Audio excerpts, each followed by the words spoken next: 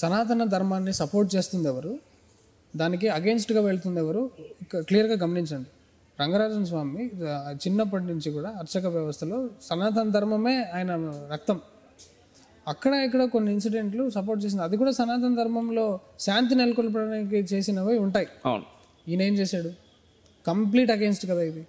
జై శ్రీరామ్ రామరాజ్యం పేరు పెట్టుకుని వచ్చి అర్చకుని సనాతన ధర్మాన్ని సపోర్ట్ చేసేవాడిని కొడితే అది ఎట్లా ధర్మం అవుతుంది? అండ్ ఇక్కడ ఇంకొక విషయం ఏంటి అంటే, గతంలో కూడా ఈ వ్యక్తి చాలా మంది దగ్గరికి వెళ్ళి బెదిరించాడు అనేది మనకు వినిపిస్తా ఉంది.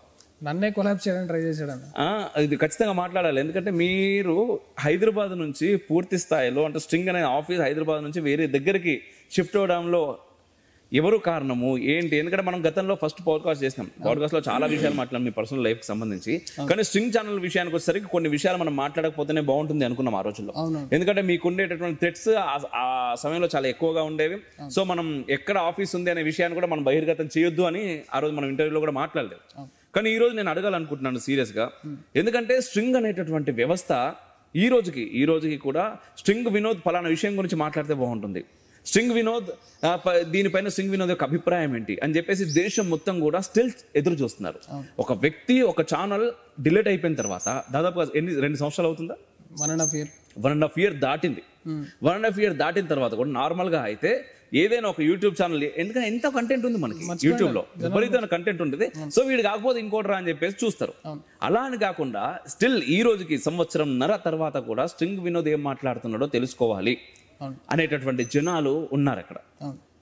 మరి అంతమంది ఉన్నప్పుడు ఒక వ్యవస్థ ఒక ఛానల్ పోయింది, తర్వాత ఇంకో ఛానల్ ప్రయత్నం చేసినా అది గట్టిగా నిలబడలేదు. తెలుగు డిఫరెంట్ లాంగ్వేజ్ 4 సార్లు చేసామన్నా. మొత్తానికి బ్యాన్ అనేది నా ఆడియో విజువల్, నా మొహానికే బ్యాన్ ఉందనేది అర్థం చేసుకుని కోర్టులో వేసాం. కోర్టుది ఇంకా 11 months నుంచి నడుస్తూనే ఉంది. దానికి కూడా మనకి స్టేట్ గవర్నమెంట్ సపోర్ట్ రాకపోవడం వల్ల అది అవుతుంది.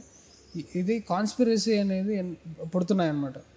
ఓకే, ఛానల్ ఇంత ఎక్స్పోజ్ చేసిన ఛానల్ అంటే కొంతమంది మాట్లాడుకుంటారు, జార్జ్ సారోస్ నుంచి వీడికి మెటీరియల్ వచ్చింది, సారోస్ నేను ఎక్స్పోజ్ చేసిన మెటీరియల్కి భయపడి ఛానల్ డిలీట్ చేయించాడు, ఇది జార్జ్ సారోస్ వినోద్ సపోర్ట్ ఉన్నాడు కాబట్టి స్టేట్ గవర్నమెంట్ సపోర్ట్ చేయట్లేదు. ఎట్లుందో చూడండి.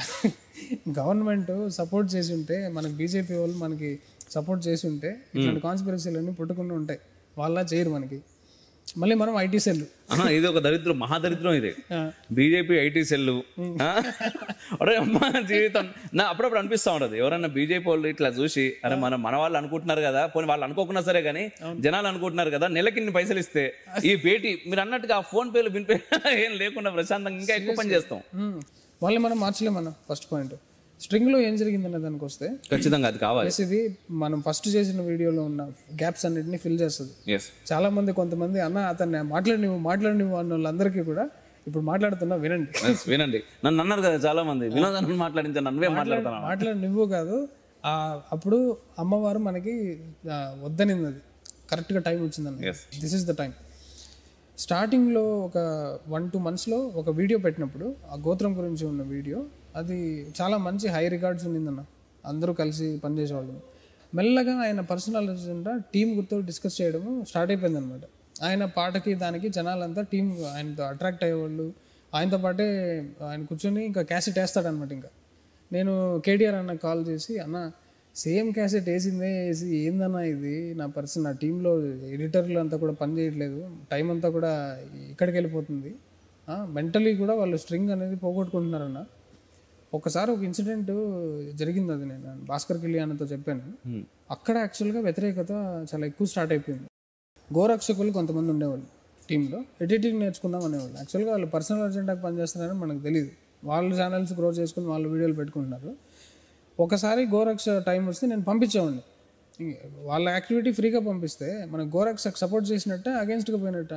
నేను గోరక్షని తిట్టుకుంటున్నానని చెప్తున్నారు. ఆ మాత్రం సింపుల్ కామన్ సెన్స్ కూడా లేదన్న. నా దగ్గర 20,000 జీతం తినేటోళ్ళు మళ్ళీ అంత కూడా లేకుండా నన్ను ఇప్పుడు అందరి దగ్గర తప్పుడుగా చేశారు. అది వేరే విషయం.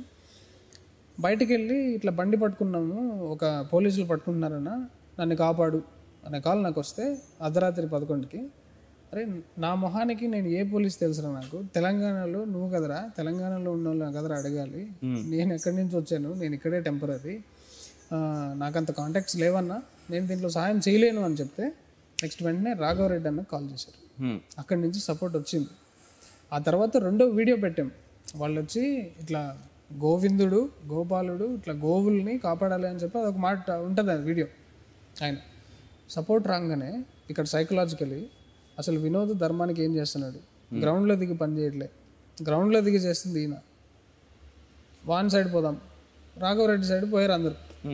రాఘవరెడ్డి అన్న సైడ్ పోయి టీంలో ఆల్మోస్ట్ ఎట్లయిపోయింది, అరే నేను ఎక్స్ప్లెయిన్ చేసుకోవాలి, నేను ఎడిటింగ్ రా, నేను అసలు మనం నరేషన్ ఇప్పుడు రంగరాజన్ గారు ఇలా కూర్చున్న దాని గురించి ఆయన ఛత్రపతి శివాజీ లాగా పిచ్చోడితో మనం పెట్టుకుంటే శరీరం పోతుంది. ఆల్రెడీ 2-3 దెబ్బలు పడిన తర్వాత ఎక్స్ట్రా నువ్వు మాట్లాడకు ఎక్కువ మాట్లాడితే ఈగోయిస్ట్ కొట్టినా కొడతాడు. అంత వీక్ మనిషి పెద్ద ఆయన దెబ్బ తలకి ఆయన కన్ను మనకు చూస్తే మనకు అర్థం కావట్లేదు. కన్ను మొత్తం పాపం ఏం చెప్పి గోత్రం గురించి ఆయన ఆన్సర్ చేశారండి. నేను ఆన్సర్ ఆయన సమాధానం చేసిండు, నువ్వు ఎట్లా చేస్తున్నావు అంటే నేను యాజ్ పర్ రాజ్యాంగం ప్రకారం నేను చేస్తాను ఆయన మాట్లాడుతున్నాడు. నిజంగా ఆ విషయంలో వారిని ఒప్పుకోవచ్చు. అంతమంది గుమికూడిన తర్వాత వాళ్ళని చూస్తే అర్థమవుతుంది వీళ్ళు ఏదన్నా ఏది చేయడానికైనా సిద్ధంగా ఉన్నారు రాబాయ్ అని. ఆయన కింద కూర్చోబెట్టి మాట్లాడుతుంటే కింద ఉన్న తర్వాత కూడా నీ లెక్క తుపాకులు పట్టుకొని రమ్మన్నారా అది అని చెప్పి ఆయన అంత గట్టి వాయిస్ మాట్లాడంటే అసలు హ్యాట్స్ ఆఫ్ అన్న. అక్కడ ఆయన గెలిచాడన్న. ఆయన కూర్చుని కూడా ఇట్లా కూర్చుంటే మాత్రం ఓడిపోయినట్టు కాదు. సో అది అర్థం కాని జనాలకి మనం ఏం చెప్పినా, ఇప్పుడు నేను నా 8 బ్యాచ్ ఇది చూస్తున్నా కూడా భలే సమర్థించుకుంటున్నాడు రా వినోద్ గారు అనుకుంటాడు. అప్పుడు నేను పడిన అవస్థ అంతా ఇంత కాదన్న. నువ్వు ఆయన పట్టుకుని వచ్చి ఏం మాట్లాడినా ఎత్తుకోవడమే గోత్రం కాన్సెప్ట్ వేసుకుంటాడు. ఆయన మైండ్లో ఉన్నది ఒకటే క్యాసెట్. నేను ఎంత చేశానన్నా, నా గురించి నేను ఎక్కడ చెప్పుకోవాలి, జనాలు ఆల్రెడీ తెలుసు. స్ట్రింగ్ గురించి డబ్బా కొట్టాల్సిన అవసరమే మనకు లేదు. జార్జ్ సరోస్ కాడి నుంచి ఒక్కడికైనా ప్రపంచంలో జార్జ్ సరోస్ కాడి గురించి తెలుసా? నేను వెళ్ళే ర్యాబిట్ హోల్ 10 నిమిషాలు వీడియో ఉన్నా స్క్రిప్ట్ ఇస్తా వేరే ఎవరికైనా, ఇండియాలో ఉన్న కంటెంట్ క్రియేటర్ ఎవరికైనా ఇంత వైరల్ చేయమని, దానికి సినిమాటిక్ ఎడిటింగ్ అన్ని రకాలుగా చేసి అది వర్క్ కాదా? అది